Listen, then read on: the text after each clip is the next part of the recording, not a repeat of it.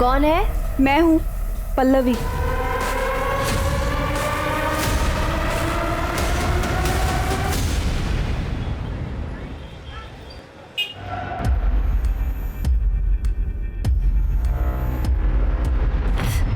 देख बेटा, सुधाकर बहुत अच्छा आदमी है, वो तुझे बहुत खुश रखेगा।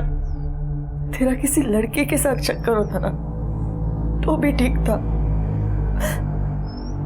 लड़की के साथ पर आई इस पे क्या गलत है? वीडियो इसका तो लोग थूकेंगे आप पर। तू सुधाकर के साथ शादी के लिए हाँ कर दे, वरना मैं अपनी जान दे दूंगी। हाय तू ये क्या कह रही है? तू ऐसा कुछ नहीं करेगी। मैं शादी के लिए रेडी हूँ। हाय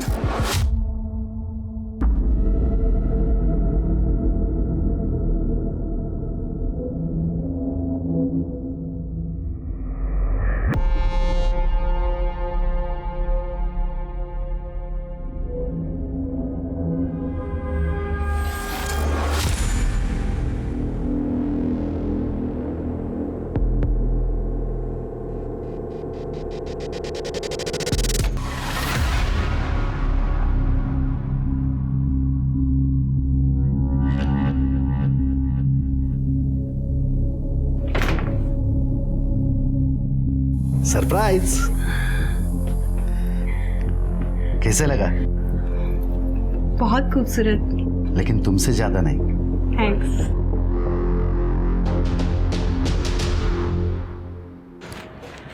दादा, वो सीलिंग कॉन्ट्रैक्टर मेहता सेठ का फोन है, पैसे मांग रहे हैं। उनसे कहो अगले हफ्ते दे देंगे। ठीक है। मेहता सेठ का मेरी अभी दादा से बात हुई है, दादा बोल रहे एक हफ्ता रुको। अरे नहीं ऐसी बात नहीं है सर। अरे क्या हुआ रामू, क्यों रो रहे हैं? मेरी माँ बहुत बीमार है, मुझे छुट्टी चाहिए। अरे जाओ। अरे सुनो कुछ पैसे रखो और कुछ जरूरत लगी तो फोन कर देना।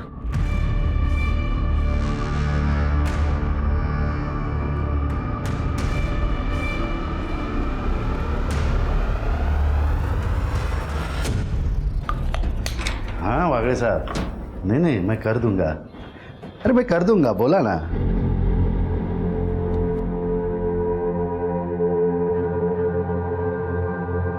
पल्लवी,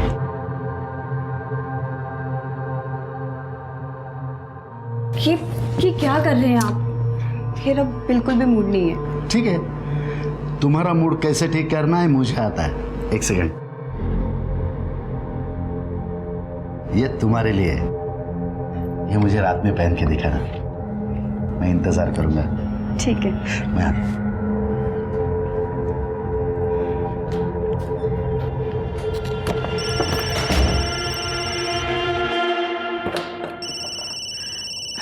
कुसुम, हाँ कुसुम, कैसी है? मैं ठीक हूँ, पर तुझे बहुत मिस करती हूँ। I miss you to.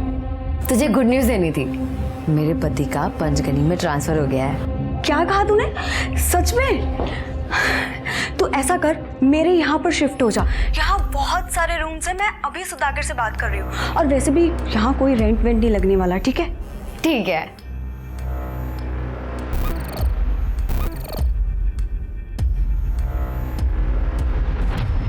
Sudhakar भाई, पैसा क्या रहो पूछो। नहीं तारीख तो आज नहीं आती। जिग्नेश भाई, अभी होटल का कंस्ट्रक्शन आधा है, धंधा भी शुरू नहीं हुआ है अभी। कंस्ट्रक्शन आधा या पूरा ये मुझे पता नहीं है, मुझे तो पैसा चाहिए, यानी वायदो आज ना तो। प्लीज जिग्नेश भाई, और थोड़ी मोहलत दे दीजिए ना प्लीज। ठीक है, 2 महीने की मोहलत देता हूँ, उसके बाद में पैसा चाहिए। अगर नहीं मिला तो कैसे निकलवाना है तरीका मेरा होगा। जय श्री कृष्ण।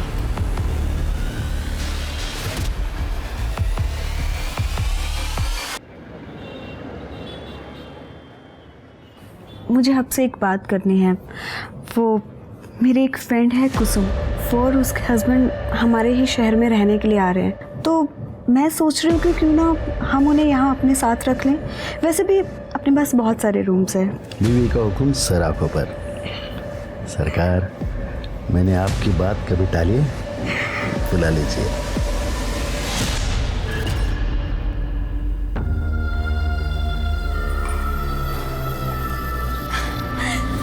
कुसुम,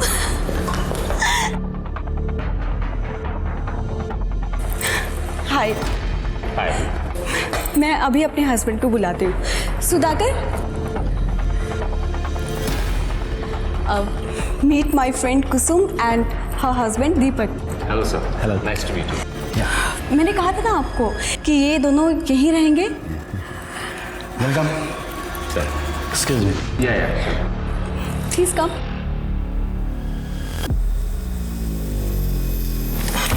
प्लीज वेलकम।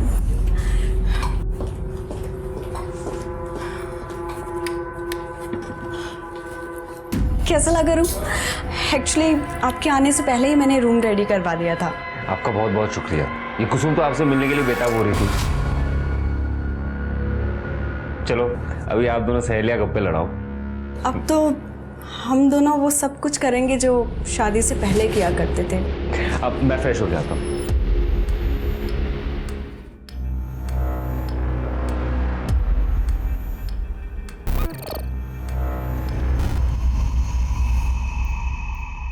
कैसे हो दादा? अरे शैलेश, दादा एक इंक्वायरी आई है। 8 साल के बच्चे की बर्थडे पार्टी है, बैटमैन थीम है, तो मैंने उनको आपका नंबर दे दिया है, बात कर लेना। Thank you very much Shailesh. तुम इतने ऑर्डर्स लाते हो, तुम्हारी वजह से ये बिजनेस चल रहा है। दादा एक बात पूछूं? अगर आपका बिजनेस इतना अच्छा चल रहा है तो फिर आप इसे बेच क्यों रहे हो? मैं ये प्रॉपर्टी बेच रहा हूँ? हाँ, तुम्हारा भाई मनोज रमणीक शाह को दोनों प्रॉपर्टी बेच रहा है।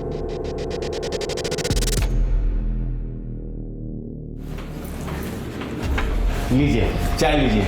चाय। अरे रमणीक भाई, मुझे आपकी जुबान पे पूरा भरोसा है। मैं देखती हूँ। अरे दादा, तुम्ही मनोज कहाँ है? अंदर है वो रमणीक भाई के साथ। मनोज, तुमसे कितनी बार कहा है, जब तक मैं जिंदा हूं तब तक ये होटल नहीं बेचूंगा। और रमणीक भाई, यहाँ पे कोई डील नहीं हो रही, निकलो ऐसे। Get out. अरे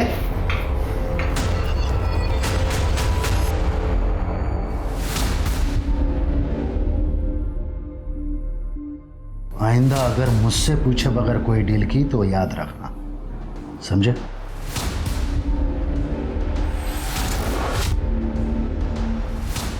चाहे कुछ भी हो जाए, अब तो ये सब कुछ बेच के रहूंगा।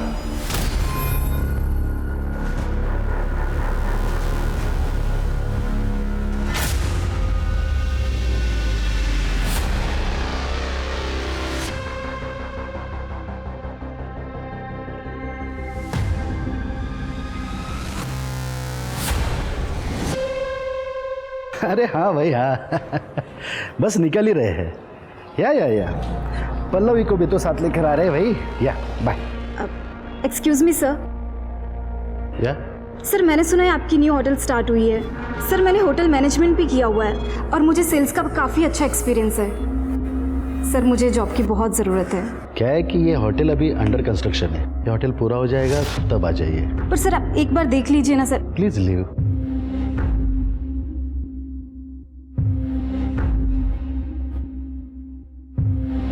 रख लीजिए ना। वैसे भी होटल तो बन ही रहा है, आज नहीं तो कल स्टाफ की ज़रूरत तो पड़ने ही वाली है। And in fact she is looking very beautiful, graceful and well educated. सरकार, आपके आगे कोई बोल सकता है? जैसे आपकी मर्जी। अरे हाँ भाई, निकल चुके। या सर, या thank you so much ma'am. हमने तुम्हें जॉब पर रख तो लिया है, लेकिन तुम्हें वो सब कुछ करना होगा जो मैं तुम्हें कहूँगी। ओके मैम, मैं कुछ भी करूँगी।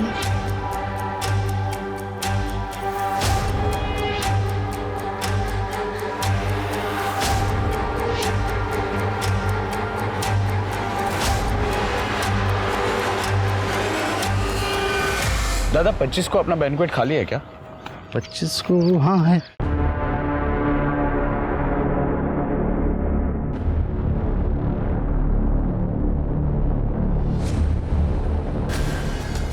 तो मैं जाऊँ दादा? यस।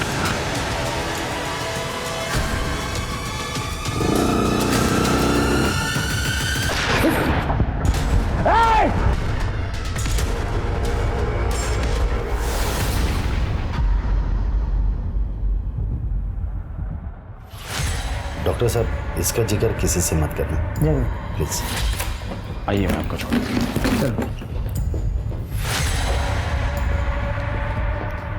मुझे बहुत ज़्यादा टेंशन हो रही है।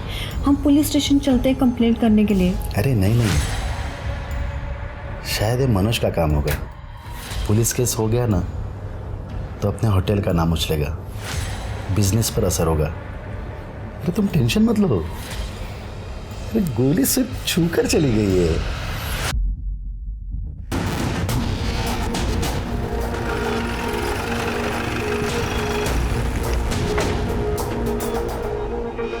सर, मैं ही शैलेश हूँ। मैंने ही आप लोगों को फ़ोन किया था। एक्चुअली सुधाकर दादा ने ये बात किसी को बताने के लिए मना किया था, लेकिन मैंने आपको फ़ोन करना सही समझा। और फायर यहाँ से हुआ? फायर यहाँ से हुआ था, यहाँ पे गिर गए। गोली कहाँ लगी थी सुधाकर जी? सर, गोली उनके हाथ को छूकर चली गई। खड़े जरा वहाँ चेक करो सर, बुलेट मिलती है क्या?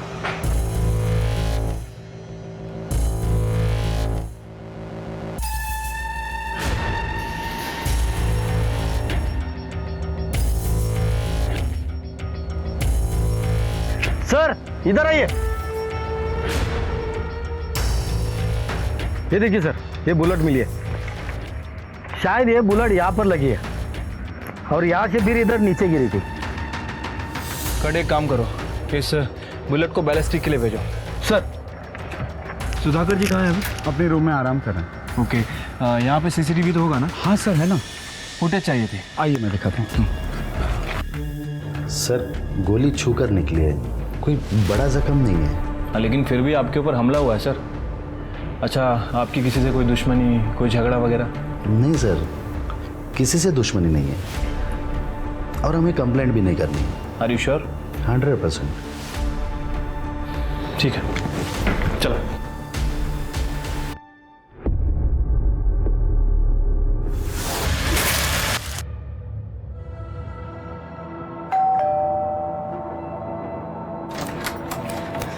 मनोज कहाँ है?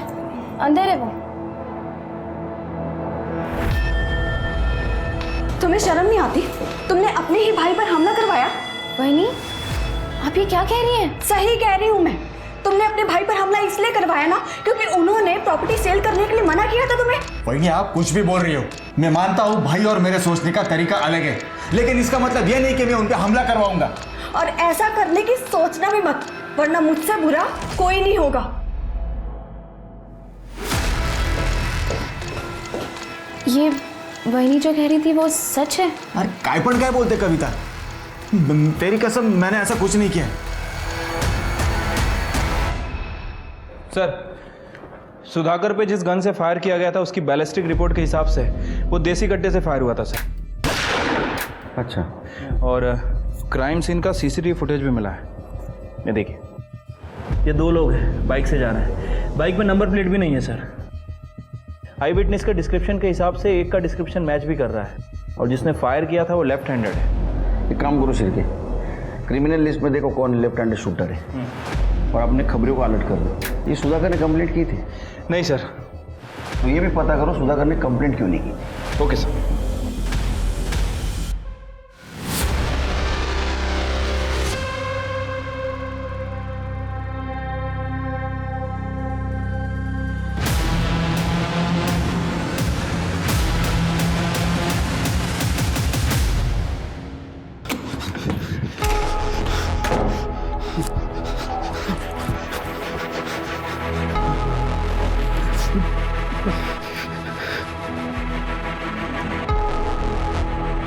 क्या हुआ आपको?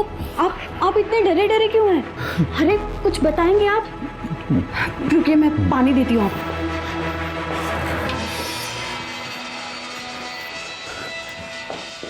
लीजिए।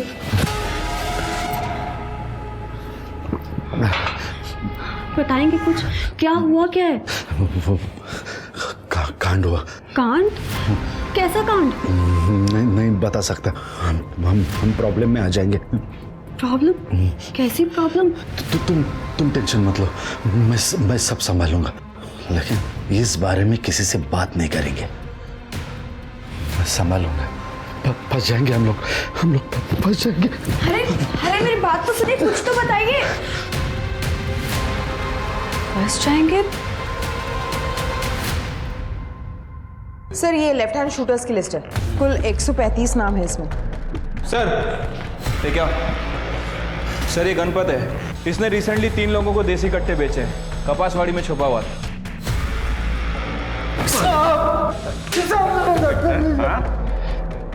सब मारो मत, इन 3 जनों को बेचा था, नाम बता। सब बताता हूँ सब।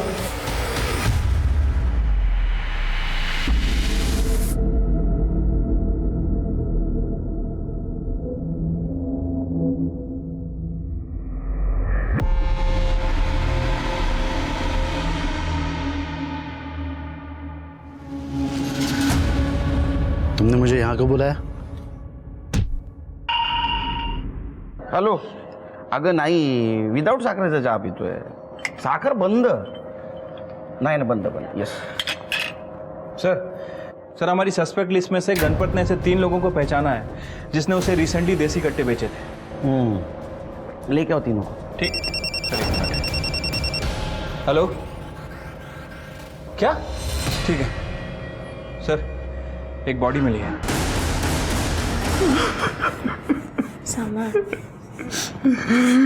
भगवान, कैसे हुआ? तुम्हारे भाई की लाश तुम्हारे घर के बाहर मिलती है, ये तुम्हें अजीब नहीं लगता? सर मैं खुद परेशान हूँ कि हमारे घर के बाहर मेरे दादा की लाश कैसे है। सर दादा बहुत अच्छे इंसान थे, हमेशा सबकी मदद करते थे। ये कौन?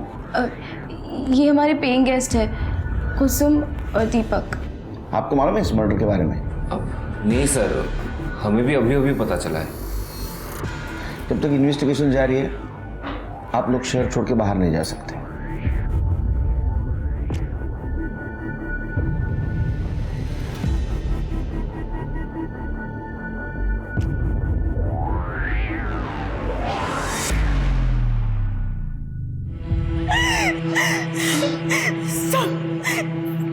इनको इनके भाई ने मारा। मैं सच बोल रही हूँ। वो हमेशा कहता था कि होटल में बैंकेट सेल करने के लिए इनको, लेकिन इन्होंने नहीं करने दिया, इसलिए वो हमारे होटल में ना रहते हुए कहीं और रहता था।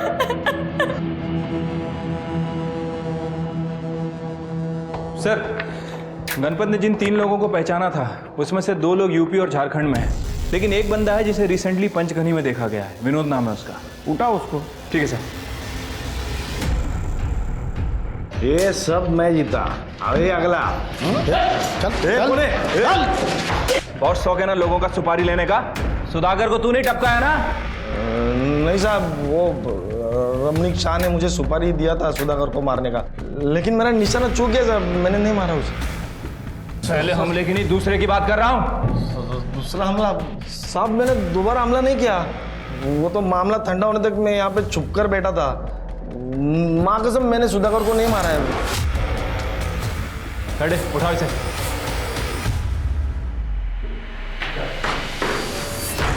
देखा है इसको? अरे सर मैं तो इसको जानता तक नहीं, मैं तो उसको पहली बार देख रहा हूँ। आपको कोई कुछ भी बोलेगा और आप मान लोगे? अरे सर मैंने कुछ नहीं किया है, मानो मेरी बात। देख रमणीक भाई, तेरी पूरी हिस्ट्री है हमारे पास। तूने प्रॉपर्टी के नाम पे जितने भी कांड के सब पता है हम लोगों को। प्रूफ नहीं है हमारे पास। जिस दिन प्रूफ हाथ लगेगा ना, सिर्फ ठोकूंगा ना तेरी। चल निकल। सर सुधाकर की पीएम रिपोर्ट आ गई है सर। रिपोर्ट के हिसाब से उसकी मौत 17 सितंबर को 12 से 2 बजे के बीच में हुई। सर पर किसी भारी चीज से वार किया गया था, ट्रोमा की वजह से उसकी मौत हुई। कंफ्यूजन ये है शिरके कि सुधाकर की पत्नी पल्लवी अपने देवर मनोज पर आरोप लगा रही है कि उसने सुधाकर का खून किया। लेकिन एक बात समझ में नहीं आ रही है, ये मनोज ने अपने भाई का मर्डर करके उसकी बॉडी अपने ही घर के बाहर डंप क्यों की? सर कहीं ये काम इस रमणीक का तो नहीं है, क्योंकि इससे पहले भी बहुत कांड कर चुका है। हमारे पास सबूत नहीं था, इसलिए इसे छोड़ना पड़ा। ये रमणीक और मनोज दोनों पे ध्यान रखो, और सुधाकर की पत्नी पल्लवी, उससे पूछताछ करो। साहब, मैं आपको एक बात बताना भूल गई। करीब 12 दिन पहले 8 सितंबर को मेरे पति डरे हुए घर पर आए थे और कह रहे थे कि कोई कांड हो गया है। कांड हुआ? कांड? कैसा कांड? नहीं बता सकता, हम प्रॉब्लम में आ जाएंगे। किस तरह का कांड हुआ था, कुछ बताया सुधाकर जी ने? नहीं सर, उन्होंने मुझे कुछ नहीं बताया, लेकिन कह रहे थे कि मुझे कि हमें जान का खतरा है। अच्छा, मैं क्राइम सीन पे सुधाकर जी का फ़ोन नहीं मिला। क्या वो अपना फ़ोन घर पे भूल के गए थे? नहीं, उनका फ़ोन 17 तारीख से बंद आ रहा है। ठीक है।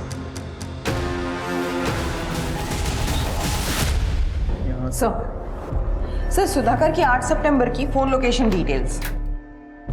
इसमें कुछ भी सस्पिशियस नहीं दिख रहा है, और सुधाकर उस दिन 3 से 3:30 के बीच में जनता नगर में मौजूद था। लेकिन जनता नगर जैसे सुनसान एरिया में क्या कर रहा था? वो भी आधा घंटा। ठीक है, जरा जनता नगर जाके चेक करो। ठीक है सर।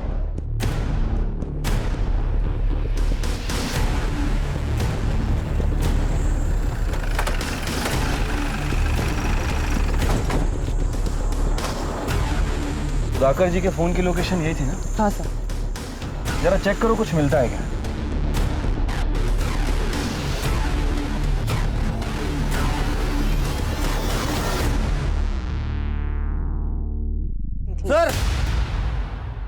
सर, हमने मिसिंग कंप्लेंट चेक की, लेकिन बॉडी के डिस्क्रिप्शन से मैच करती हुई मिसिंग कंप्लेंट नहीं मिली।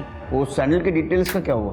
सर, उस औरत ने बेस्ट क्वालिटी ब्रांड की 6 नंबर की चप्पल पहनी हुई थी, एक ही वेबसाइट पर अवेलेबल है, और तकरीबन 58 औरतों ने 6 नंबर की उसी डिज़ाइन की चप्पल इस वेबसाइट से मंगाई है। सर, उन सारी औरतों की इंक्वायरी कर रहे हैं। सर, ये विनोद जिसने सुधाकर जी पे हमला किया था, सर ये रमणीक शाह का नाम ले रहा है, लेकिन मुझे इसके ऊपर शक है सर, क्योंकि विनोद के अकाउंट में सुधाकर जी के भाई मनोज ने पैसे ट्रांसफर किए हैं।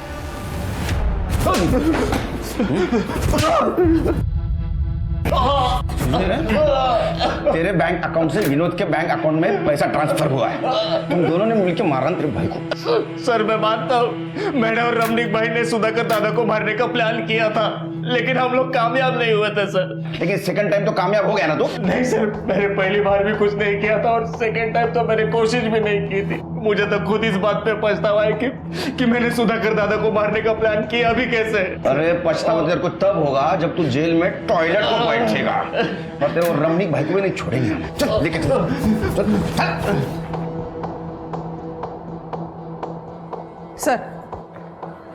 सर, बेस्ट क्वालिटी ब्रांड की सैंडल खरीदने वाली 57 औरतों से हमारी बात हुई है। सारे के सारे सही सलामत है, सिवाय एक औरत के। उसका नाम शोभा मेहता है, यही के बिजनेसमैन प्रकाश मेहता की बीवी है वो। सर, लेकिन शोभा मेहता की कोई भी मिसिंग कंप्लेंट दर्ज नहीं हुई है। तो इसका मतलब सुधाकर जिस कांड के बारे में बात कर रहा था, शायद वो यही कांड होगा। क्या ये सुधाकर शोभा मेहता को जानता था? ये दोनों के मर्डर का आपस में कुछ ना कुछ कनेक्शन जरूर लग रहा है। प्रकाश मेहता से बात करो। सर,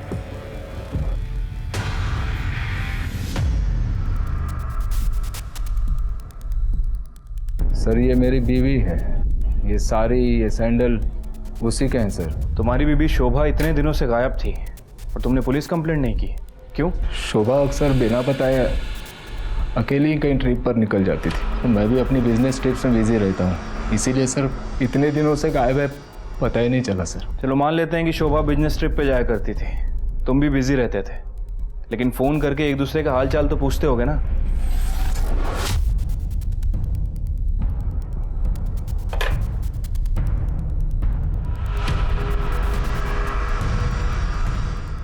अच्छा, तुम किसी सुधाकर माने को जानते हो? सर, नहीं देखो शीर के, मैं क्या बोल रहा हूँ। सर, शोभा की पोस्टमार्टम रिपोर्ट। सर, रिपोर्ट के हिसाब से शोभा की मौत गला घोटने की वजह से हुई है, रस्सी का इस्तेमाल हुआ, और 8 सितंबर को दोपहर 2 से 4 बजे की उसकी मौत हुई है, जिससे सुधाकर का टावर लोकेशन मैच होता है। सर, मुझे एक बात समझ नहीं आ रही है, ये प्रकाश की बीबी शोभा इतने दिनों से गायब है और इसे कोई खबर ही नहीं, और उसने जो कारण बताया सर वो तो बिल्कुल भी डाइजेस्ट नहीं हो रहा है। ये प्रकाश की कुंडली निकालो, देखो ये सच बोल रहा है झूठ। ठीक है सर, मैं उसकी कुंडली निकालता हूँ।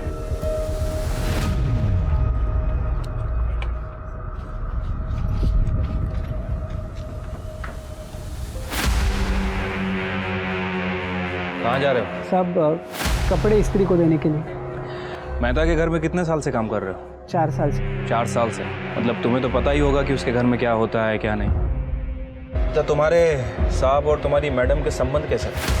साहब वो मैं घबराओ मत, तुम्हारा नाम नहीं आएगा, बताओ। वैसे तो हमारे साहब बहुत अजीब, मतलब अगर काम रहता है तो वो नॉर्मल रहते हैं, लेकिन जब शराब पीते हैं तो अचानक जानवर बन जाते हैं।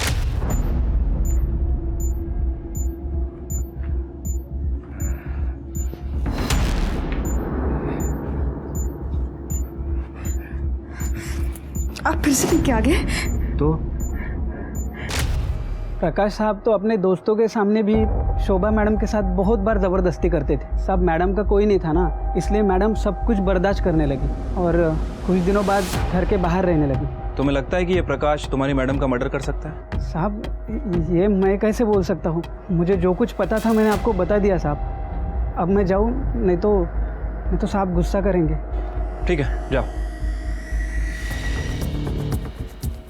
स्वाति, ये प्रकाश एक नंबर का कमीना आदमी है। मुझे लगता है कि इसने अपनी बीवी का मर्डर किया है या फिर किसी से करवाया है, और ये सब होते हुए उस सुधाकर ने देख लिया था। प्रकाश ने सुधाकर को भी रास्ते से हटा दिया। हाँ सर, हो सकता है, पॉसिबिलिटी तो है। एक काम करो, शोभा और सुधाकर इनकी और डिटेलिंग करो। आई एम श्योर कुछ ना कुछ हाथ जरूर लगेगा। सर हमें तुम्हारे घर की तलाशी लेनी है। हाँ शौक से लीजिए। कड़े सर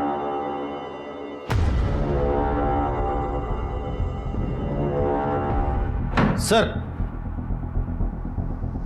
ये देखिए क्या मिला। तुम्हारी बीवी ने 4 महीने पहले अबॉर्शन करवाया था। ये बात तुमने हमें पहले क्यों नहीं बताई?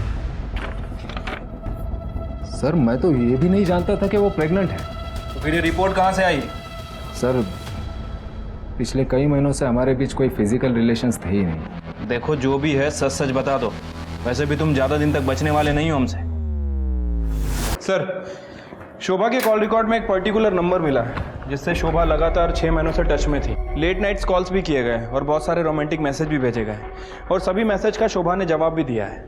इसका मतलब इसका कहीं एक्स्ट्रा मैरिटल अफेयर चल रहा होगा। हाँ सर, हो सकता है, लेकिन शोभा ने यह नंबर अपने फ़ोन में सेव नहीं किया था। हो सकता है कि उसे डर था कि शायद ये बात उसके पति को पता चल जाए। हमने पता किया है सर, ये नंबर राजीव देशमुख के नाम रजिस्टर्ड है, और शोभा के घर में हमें उसकी अबॉर्शन रिपोर्ट मिली थी। उससे कुछ खास इन्फॉर्मेशन नहीं मिली, लेकिन इस राजीव देशमुख का फ़ोन 8 सितंबर को उसी जगह एक्टिव था जहाँ शोभा की बॉडी मिली, जनता नगर। तो हो सकता है राजू देशमुख ने शोभा मेहता को मारा हो। राजू को ढूंढो जल्द से जल्द। ठीक है सर। सर मनोज के पेइंग गेस्ट कुसुम और दीपक दोनों की इंफॉर्मेशन निकाली। वो पहले सुधाकर के होटल में रहते थे, लेकिन कुछ दिन पहले वो मनोज के यहाँ शिफ्ट हुए। सर ये कुसुम और सुधाकर की बीवी पल्लवी पुराने दोस्त हैं। फिर पता करो कि वो सुधाकर के होटल से क्यों शिफ्ट हुए थे। सर होटल छोड़ा नहीं था, छोड़ना पड़ा था। सर एक दिन मैं भैया से बात करने के लिए होटल चला गया था, तो मैंने देखा कि हॉल में भैया और दीपक में किसी बात पे झगड़ा चल रहा था। इसके आगे एक लफ्ज भी कहा ना तो यहीं पे मार डालूंगा। अपनी बीवी को उठा और आज ही हमारा घर छोड़कर चला जा। तुम्हारी शक्ल भी नहीं देखनी मुझे। दादा छोड़िए आप, चलिए आप चलिए।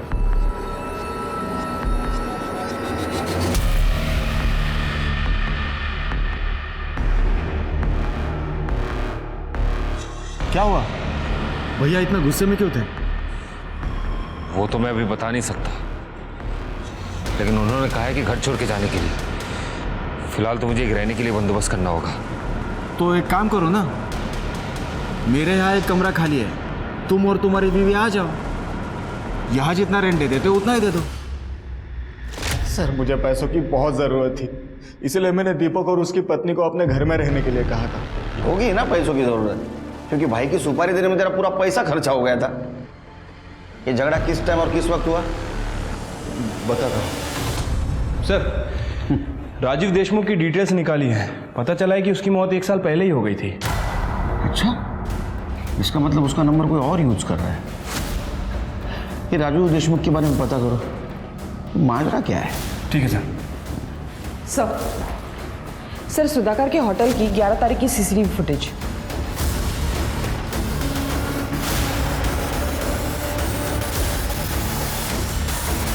हिरासत में लो इसको। सर मैं आ तो रहा हूँ। देखा झगड़ा क्यों हो रहा था? क्या ऐसा तो नहीं कि सुधाकर को तूने मार दिया? अरे नहीं सर, ऐसा मैंने कुछ नहीं किया। कर दे। सर बोल। झगड़ा किस बात को लेके हो रहा था? सर एक्चुअली मेरी बीवी कुसुम और पल्लवी, इन दोनों के बीच में अफेयर चल रहा था। दोनों लेस्बियन है सर।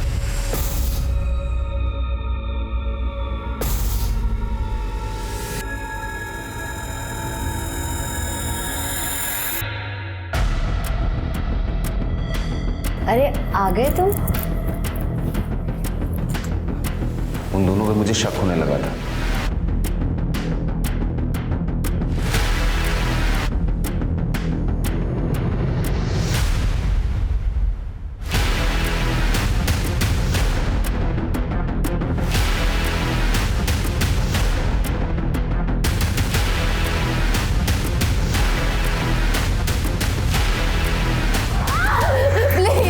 प्लीज मुझे माफ कर दो। प्लीज मेरी वीडियो डिलीट कर दो। वीडियो डिलीट कर दो? लेकिन मेरा गुस्सा शांत नहीं हुआ सर। मुझे वो वीडियो सुधाकर को दिखाना था, इसलिए मैं अगले दिन सुधाकर से मिलने गया। क्या बकवास कर रहे हो? शर्म नहीं आती? इतना गंदा इल्जाम लगाते हो मेरे बीवी पर। पल्लवी मुझसे बहुत प्यार करती है, इसके खिलाफ एक शब्द भी नहीं सुन सकता मैं। मेरे पास प्रूफ है, रिकॉर्डिंग किया है मैंने। बिना प्रूफ के आपके पास नहीं आता मैं। एक मिनट, वो वीडियोस बहुत आते हैं ना तो पता नहीं चलता। एक मिनट। इसके आगे एक लफ्ज भी कहा ना तो यहीं पे मार डालूंगा। सुधाकर ने मुझे होटल छोड़ के चले जाने को कहा। मेरी बीवी बहुत रोई, गिड़गिड़ाने लगी। मुझे लगा कि इस मैटर को यही बंद कर देते हैं। वैसे भी सर, लोगों को जाके बताएंगे तो वो लोग मुझ पे हंसेंगे ना। Thank you sir. छिड़के मुझे नहीं लगता है सच बोल रहा है। अच्छा, वो सीसीटीवी में सुधाकर का दोस्त शैलेश भी दिख रहा था, मतलब इस झगड़े के बारे में उसको पता था। हमसे क्यों नहीं बोला उसने?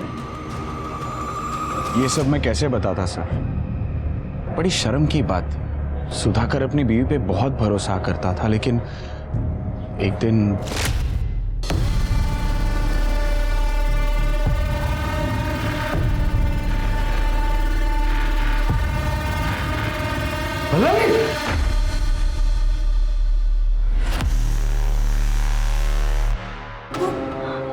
आप जैसा सोच रहे वैसा कुछ नहीं है। Shut up! मैंने जो सुना था वो सब सच था। अरे क्या क्या नहीं किया मैंने तुम्हारे लिए। दुनिया से लड़ने को तैयार था मैं। मेरी जिंदगी बर्बाद कर दी तुमने। सुधाकर बहुत गुस्से में था। उसने मुझे सब कुछ बताया था, लेकिन मुझे चुप रहने के लिए कहा था। सर, सुधाकर पल्लवी को डिवोर्स देना चाहता था, लेकिन पल्लवी नहीं चाहती थी कि वो डिवोर्स ले। मुझे कहने में भी बड़ा अजीब लग रहा है। ये आप लोग क्या कह रहे हैं? मैं मेरे पति की मौत से पहले इतना ज्यादा परेशान हूँ और आप लोग मुझ पर इतना बड़ा आरोप लगा रहे हैं। मेरे और मेरे पति के बीच में कोई प्रॉब्लम नहीं थी सर। हम दोनों में बहुत ज्यादा प्यार था। आपको किसी ने बहकाया है सर। आगड़ ठीक है, पकड़ के रखो उसे। सर, सुधाकर जी के मोबाइल में किसी ने दूसरी सिम डाल के यूज करने की कोशिश की है। कर्डे ने उसे पकड़ लिया है। चलो।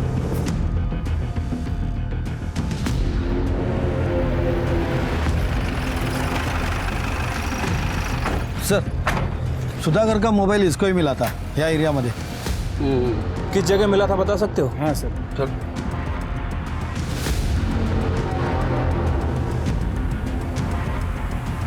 यही वो मुझे फोन मिला। कर दे, स्वाति भगा के सापड़ देगा। मतलब बॉडी को यहाँ से घसीटा गया।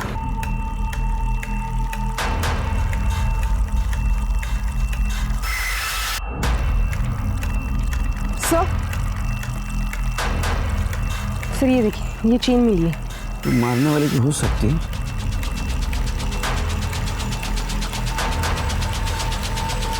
सर, ये देखिए सर, खून लगा हुआ रॉड मिला है। फॉरेंसिक को भेज दो। पेंडेंट किसका हो सकता है? घरी आल्यानंतर हिशोब करू।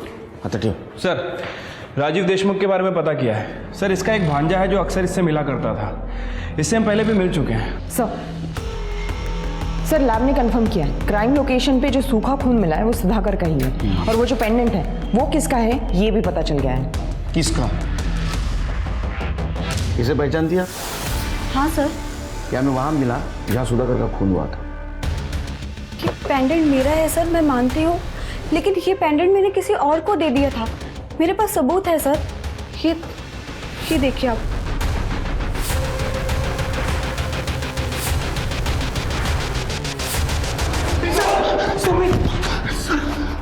सर आपको कुछ गलतफहमी हुई है, मैं बेकसूर हूँ सर। गलतफहमी हमें नहीं, गलतफहमी तुझे हुई है। ये देख, ये तेरे मामा राजीव देशमुख का फोन है जिसे तू पिछले 1 साल से यूज कर रहा है, उन्हीं के सिम कार्ड से। मैसेज दिखा, ये देख, इसमें तूने शोभा को शादी का वादा किया था। और एक और बात, ये देख, 8 तारीख को तेरे फोन का लोकेशन जनता नगर। अब बोलेगा या चमत्कार दिखाओ? कर गया नहीं। सर मेरा और शोभा का अफेयर चल रहा था। अभी बोला। शोभा अपने पति से बहुत परेशान थी सर, इसलिए वो मुझसे प्यार करने लगी। उसका अबॉर्शन कराने के बाद वो मुझसे शादी करने की बहुत जिद कर रही थी। मैं तुमसे शादी नहीं कर सकता, मैं शादीशुदा हूँ। शोभा, मुझे लगा कि हम लोग सिर्फ टाइम पास कर रहे हैं, लेकिन तुम तो कुछ ज्यादा ही सीरियस हो गई। मुझे धोखा दिया? नहीं। मेरा इस्तेमाल किया? नहीं शोभा, मैं तुमको नहीं छोड़ूंगी। शोभा, तुम्हारे घर वालों को बता दूंगी तुम क्या चीज हो। छोड़ो मुझे। नहीं। शोभा मुझे बहुत धमकियां दे रही थी सर। सुधाकर अपने क्लाइंट से मीटिंग करके हाईवे से गुजर रहा था। मुझे देखकर वो मेरे पीछे आया और उसने मुझे खून करते हुए देख लिया।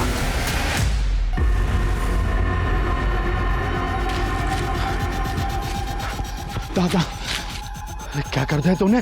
दादा ये बात किसी को मत बताना प्लीज। अगर मैं इसे नहीं मारता तो ये मेरी जिंदगी बर्बाद कर देते। सुधाकर ने दोस्ती की खातिर मेरे राज को राज ही रखा। यह हमें वहां मिला जहाँ सुधाकर की लाश मिली, और ये रॉड जिससे तुमने सुधाकर को मारा था, तुम्हारे फिंगरप्रिंट्स है इसके ऊपर। ये पेंडेंट मेरा है सर, मैं मानती हूँ, लेकिन ये पेंडेंट मैंने किसी और को दे दिया था। मेरे पास सबूत है सर। ये देखिए आप।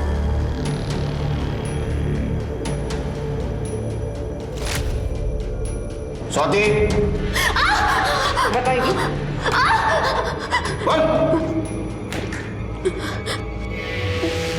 पल्लवी ने मुझे बताया कि सुधाकर को हम पर शक हो गया है और इसलिए वो मुझसे नाता तोड़ रही है। मैं फिर पल्लवी से मिलने होटल गई। आप जैसा सोच रहे वैसा कुछ भी नहीं है। क्या कुछ नहीं है? मैंने मेरे आंखों से देखा है। आपने सब कुछ गलत देखा है, ऐसा कुछ नहीं। गलत नहीं देखा है मैंने। विश्वासघात किया है तुमने मेरे साथ। आप गलत समझ रहे हैं, ऐसा कुछ भी नहीं है।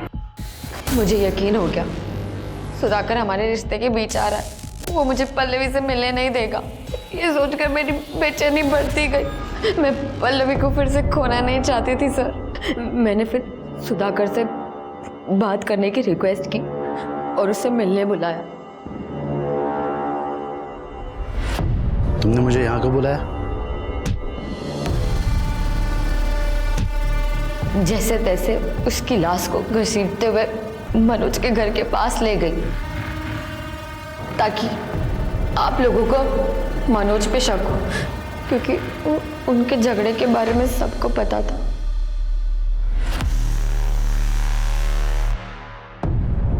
मैंने दीपक के मोबाइल से पल्लवी और मेरी वीडियो भी डिलीट कर दी।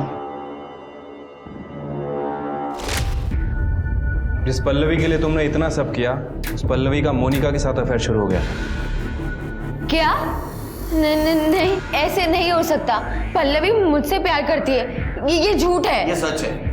पल्लवी का दूसरा अफेयर मोनिका के साथ चल रहा था और इसीलिए वो तुम्हें अपने से दूर करना चाहती थी, और सुधाकर का और उसका झगड़ा भी इसी बात को लेकर हो रहा था। इंसान जिंदगी में जो भी चाहे, जरूरी नहीं कि उसे वो सब कुछ मिल जाए। इस बात का दुख और मलाल लाजमी है, लेकिन अपने स्वार्थ के लिए मनचाही चीज हासिल करने की जिद में किसी की जान लेना कभी सही नहीं हो सकता। हम अपनी जिंदगी में कुछ चीजें पाते हैं और कुछ चीजें हमें मजबूरन खो देनी पड़ती है, लेकिन उन खोई हुई चीजों को फिर से पाने के चक्कर में कहीं हम कोई गुनाह तो नहीं कर रहे हैं, इस बात का हमेशा ध्यान रखिए। अब मैं सोनाली कुलकर्णी आपसे विदा लेती हूँ। फिर मिलेंगे क्राइम पेट्रोल सतर्क जस्टिस रीलोडेड में एक नए केस के साथ।